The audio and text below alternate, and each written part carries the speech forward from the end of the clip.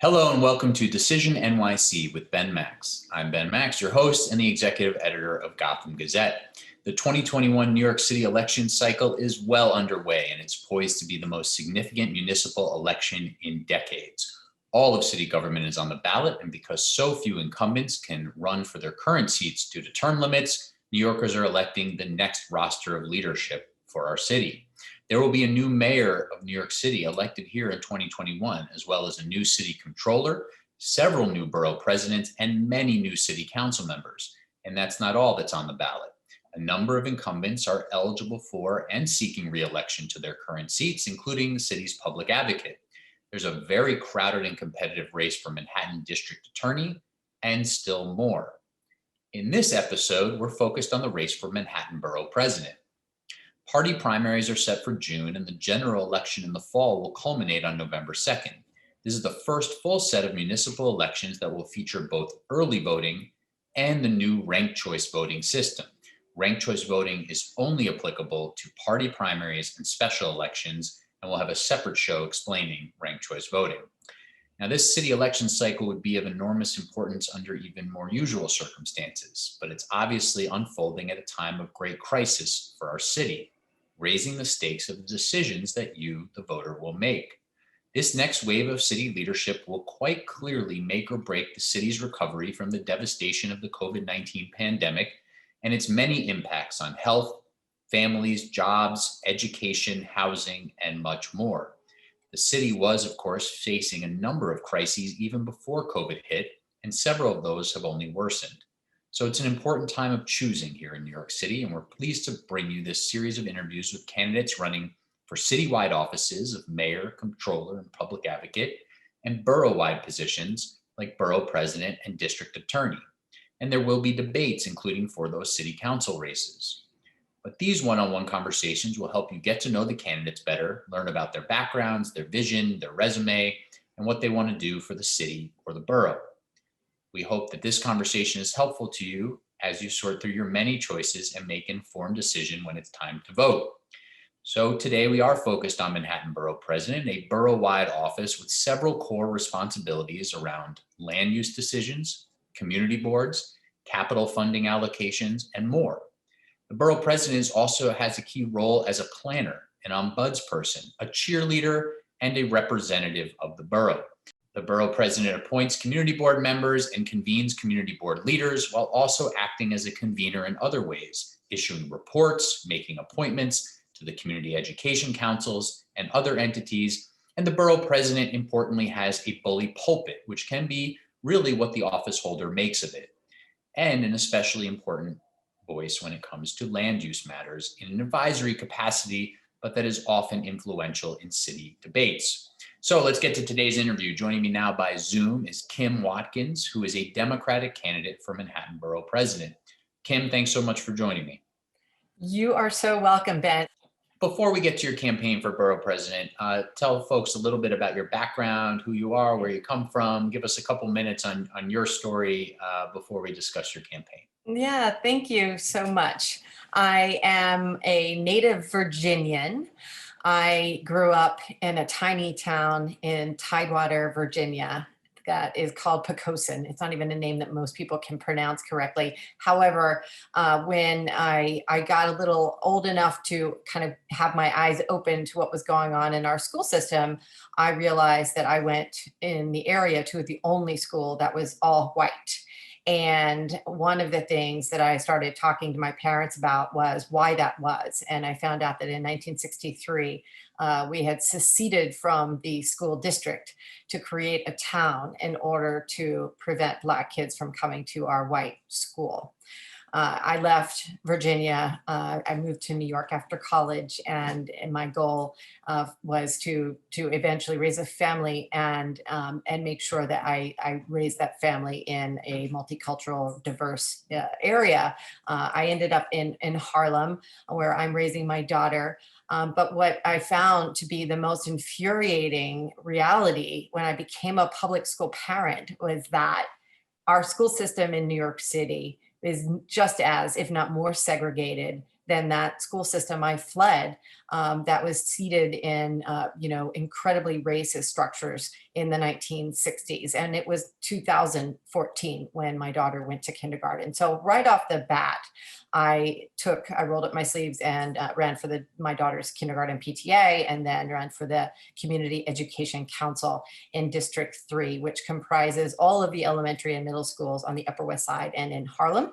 And I've served for 6 years and managed to get 2 of the city's most progressive desegregation moves actually passed, by hook or by crook, because really a lot of elected officials opposed us through those mechanisms, and we had to really fight tooth and nail in order to get the Upper West Side rezoning for elementary schools back in 2016, and then we instituted the first of the city's middle school diversity initiatives a couple of years later. So I'm really, really proud of that work in public service for the last 6 years.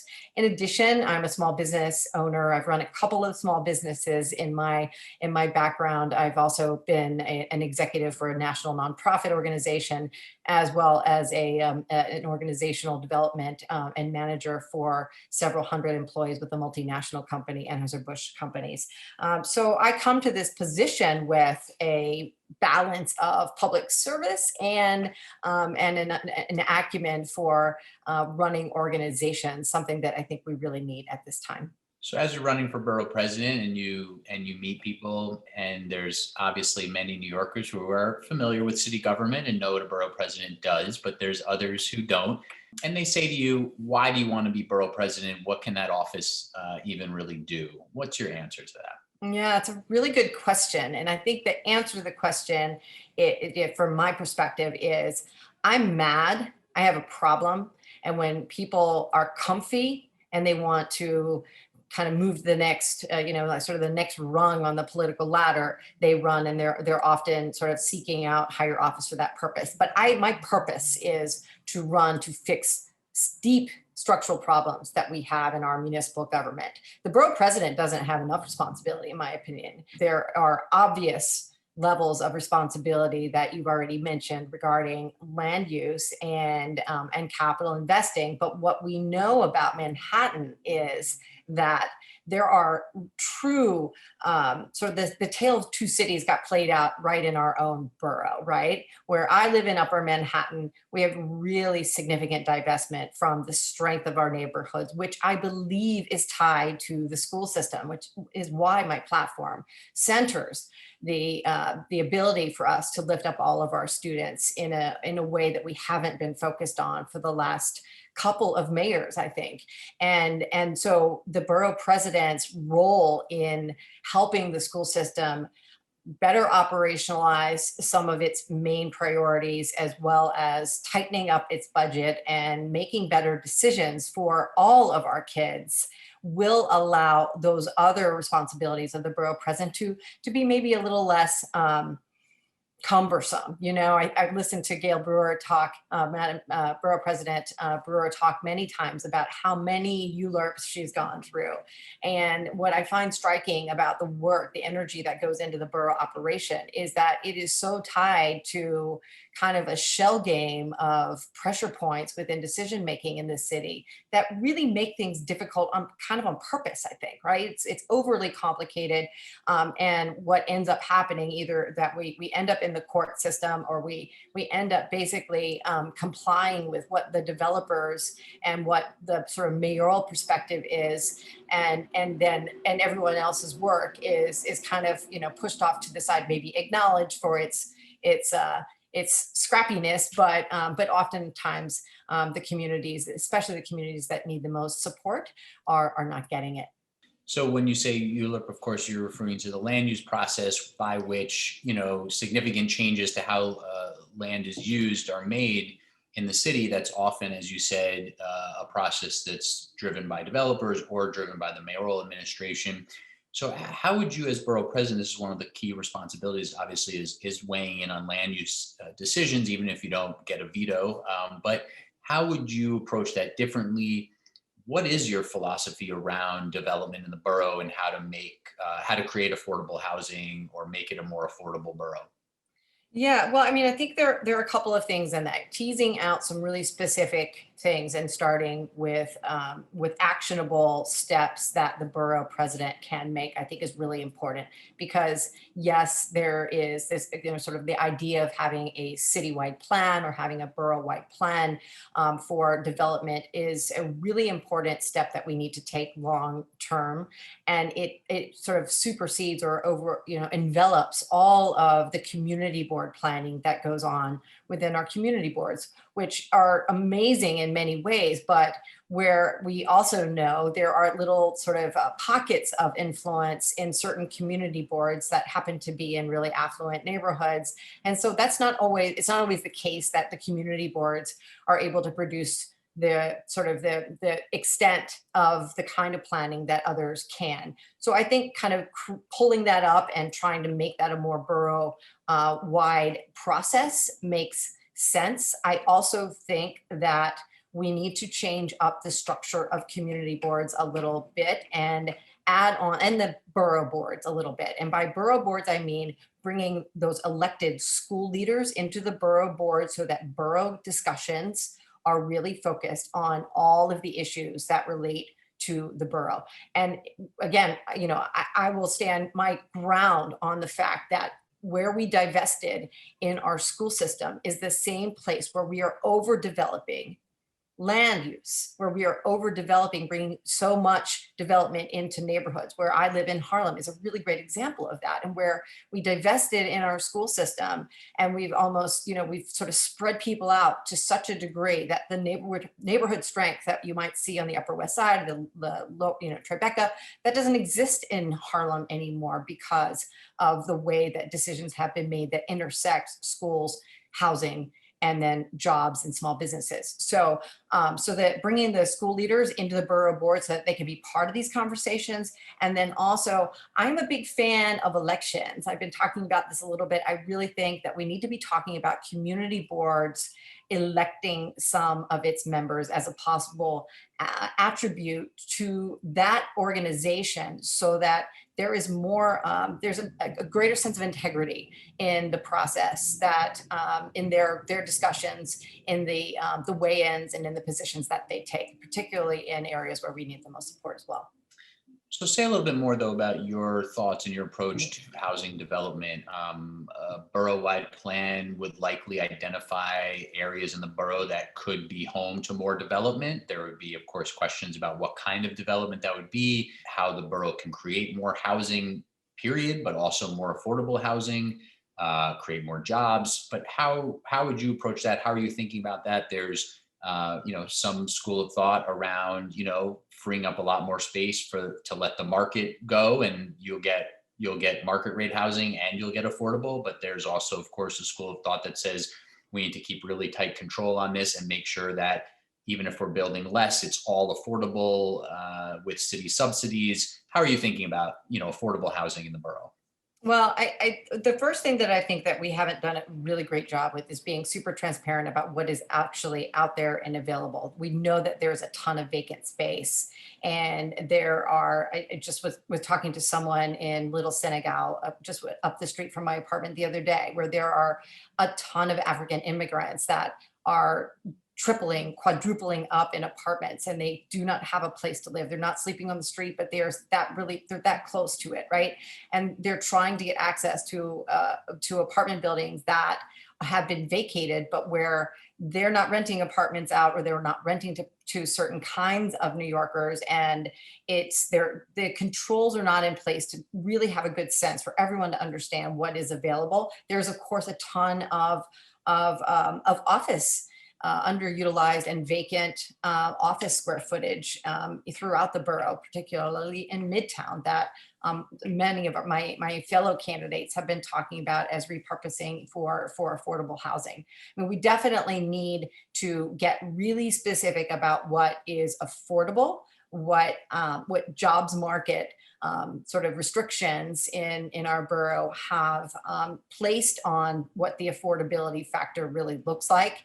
And I think that as we look at some of the So we've got several things kind of cropping up right now. The Soho rezoning, there's a number of conversations happening around where in more affluent neighborhoods we can rezone in order to bring in more affordable housing.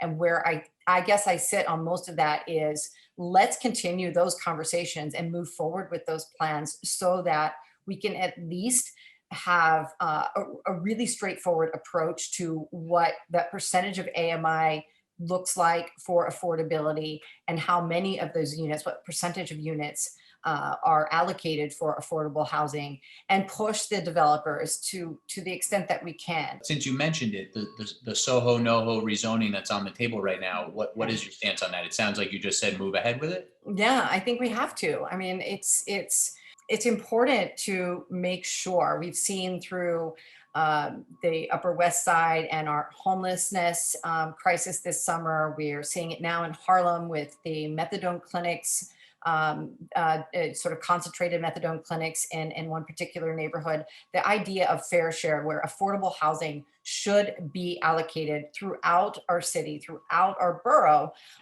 it means that neighborhoods that may have a lot of rent control and are trying to maintain character in their neighborhoods, but where we have available properties that could be purchased, could be developed rather in terms of affordable housing, we got to go for it. Are there other areas of the borough that you think could be home to significantly more housing development, upzonings? There's, been talk in the mayoral race about, some swaths of the west side that are underdeveloped. There's some talk about, a lot of different parts of the borough that could potentially be home to either upzonings to allow the market to create both market rate and affordable housing through the mandatory inclusionary housing program, but then also parts of the borough that, the city could really look to for affordable housing development. Any other sort of geographic areas that you would point to? Yeah, I mean, the one that I would mention, straight off the bat would be that one where we talk about Midtown and office space that is not going to be repopulated as we come out of COVID, because one of the tricky parts is connection to mass transit and some aspects of the borough where we know, for example, up in Inwood and in Washington Heights, where a lot of the rail terminals and some of the industrialized parts of the borough where we really need more environmental impact studies, and we need to focus on green space and climate change plans as well. I think speaks to the looking at where we know we have mass transit currently, where we know we already have space currently over the next several years. I think we're gonna need to keep our close eye on all of the affluent areas of the borough. But I think that the West Side, if I had to pick something else in the conversation, I would probably pick over by the West Side, where we know there's still vacant space. We also know that Hudson Yards, that area, right, has the new subway line, has the 7-line extension, which is really beautiful, but is missing a certain amount of residential strength, I think. You mentioned this question of economic recovery and people coming back to Midtown offices. It sounds like you feel pretty skeptical that the city will get back to pre-pandemic levels anytime soon. What is your assessment of where that's heading? Do you think we're talking about, if vaccination goes well, let's say, you think we're talking about somewhere in the neighborhood of 3/4 of what we used to see in terms of commuters? Or how are you, I mean, I'm not asking you to really throw a number out there, but how are you thinking about sort of Manhattan's, sort of rebirth as a place that is typically home to so many commuters every day, and what could be done to either foster that or thinking about things differently? I think I try to zoom way out when I think about these issues, because I as the the sort of the anti-establishment candidate in this race, right? The true grassroots candidate in this race. And as a parent and a small business owner, that one of the things that really troubles me is the concept that if we are all, getting comfortable with working from our homes, and many of us are not so much, but most of us have been working from our homes for the last year, and assuming that the progression continues where telecommuting or teleworking, where people are able to have a little bit more freedom, even if they work for a large company, they're not necessarily going into the office, and there are not cubicles, there are not, beautiful office spaces, or if they exist, they're probably not populated to the capacity that they used to be.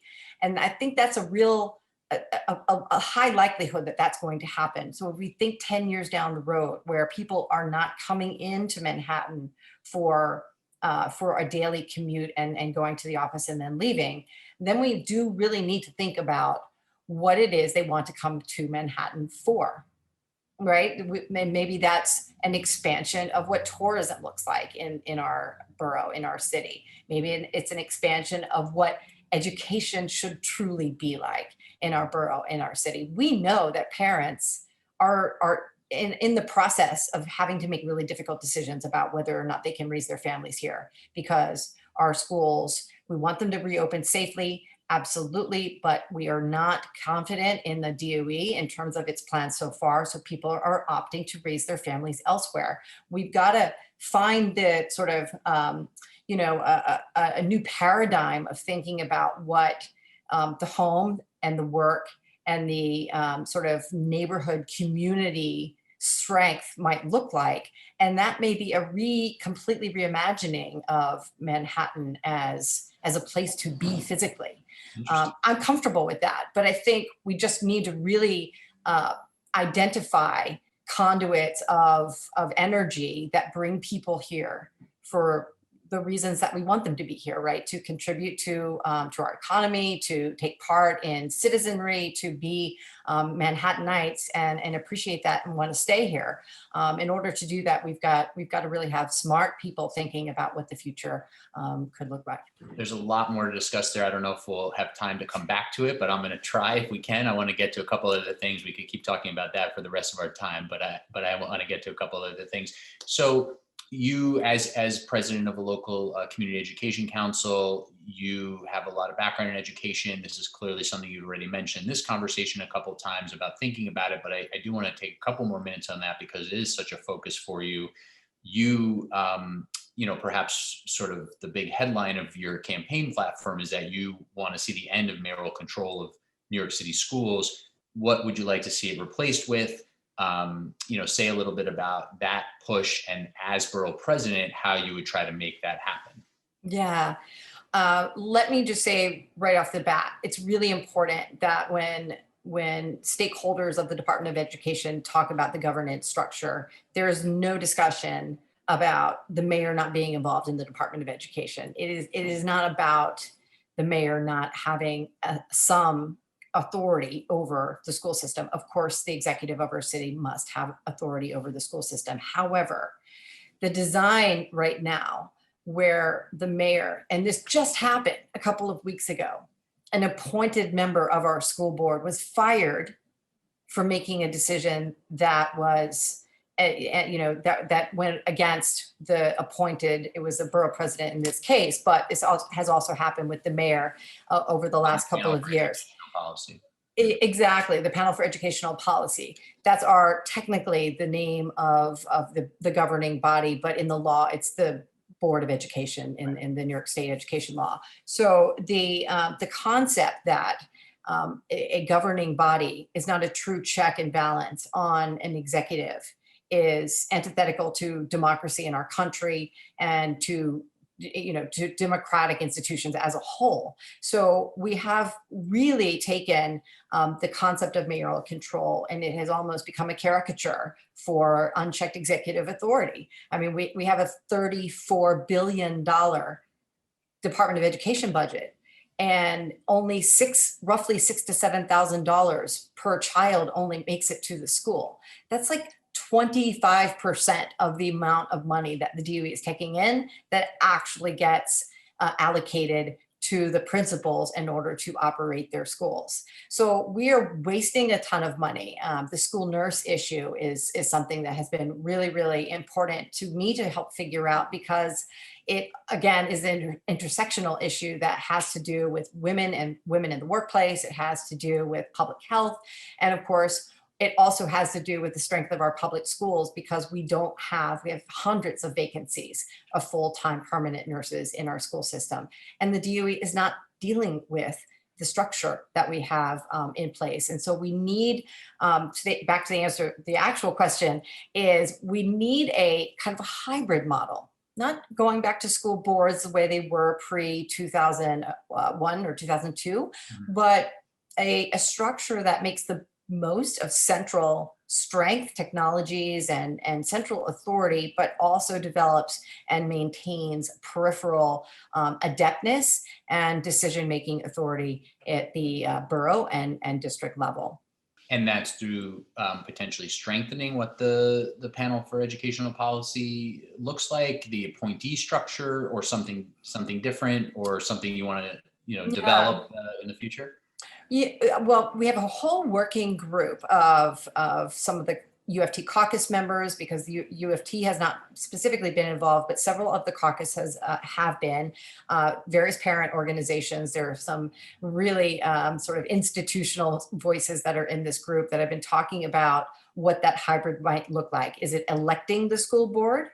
Is it electing our district boards and then having the CECs or school boards present a stronger, more unified, electing more members to the panel for educational policy? Fewer appointments, more elections might be one of the taglines we should really be going with, because in truth, and I'll tell you this, I run an organization called Model CEC. It's a District 3 student voice group.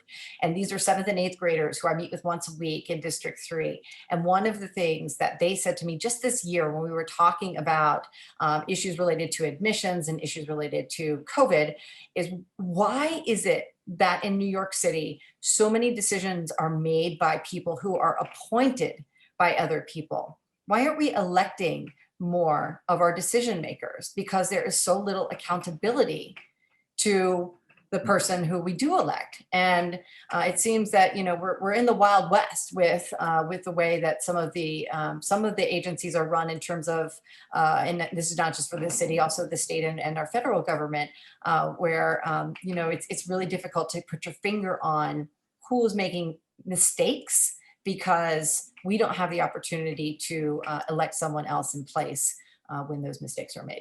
We're in our last few minutes here. I want to try to get you on a couple of other things. One of them comes back to land use, and that's the plan to build a new jail downtown in Manhattan. What is your stance on that? Do you want to see the current plan to close the Rikers Island jails and build these new borough jails? Do you want to see that move forward? Do you want to see it change? Do you want to see it scrapped? What's your stance on that?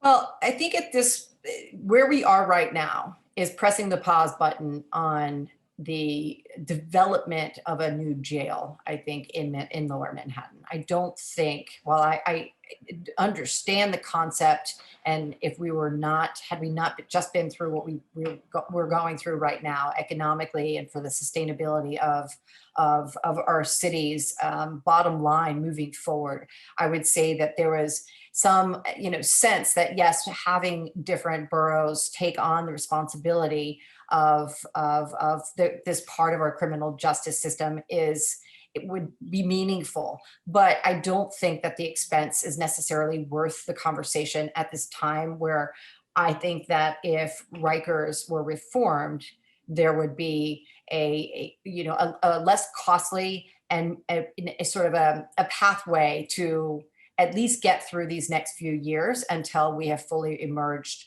from COVID and our city has kind of stabilized itself in terms of a lot of the divisive conversations that have been going on in the last several months. On the financial grounds, you think it's smart to pause?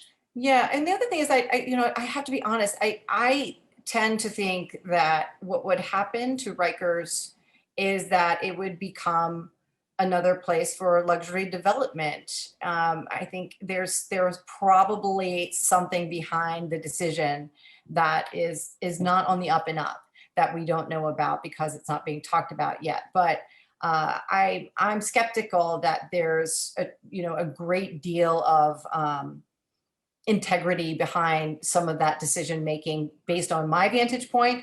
But fiscally, for sure, I think we're in a place right now as a city where we press the pause on these huge taxpayer expensed development projects in order to make sure that we can get people what they need. And remember, I'm sure you know this, Ben, I've been in Harlem. We are still giving out, raising money, scrappy like organization raising money for laptops for kids in Harlem, because right now there are still students that are using their parents' phones for Zoom school because either the DOE devices don't work or were never actually sent, or they broke, or whatever. So, we're not doing the very basics right now as a city government. I think we really need to focus on what we are supposed to do.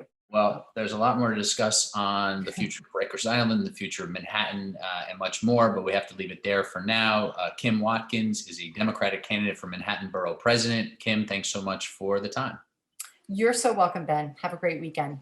And thank you for watching Decision NYC with Ben Max. Key decisions for New York City voters are coming up in the June primaries and the fall general election. There's a lot on the line for all of us and the future of New York City. I hope this conversation and others are helpful to you as you sort through your many choices and make informed decisions when it's time to vote.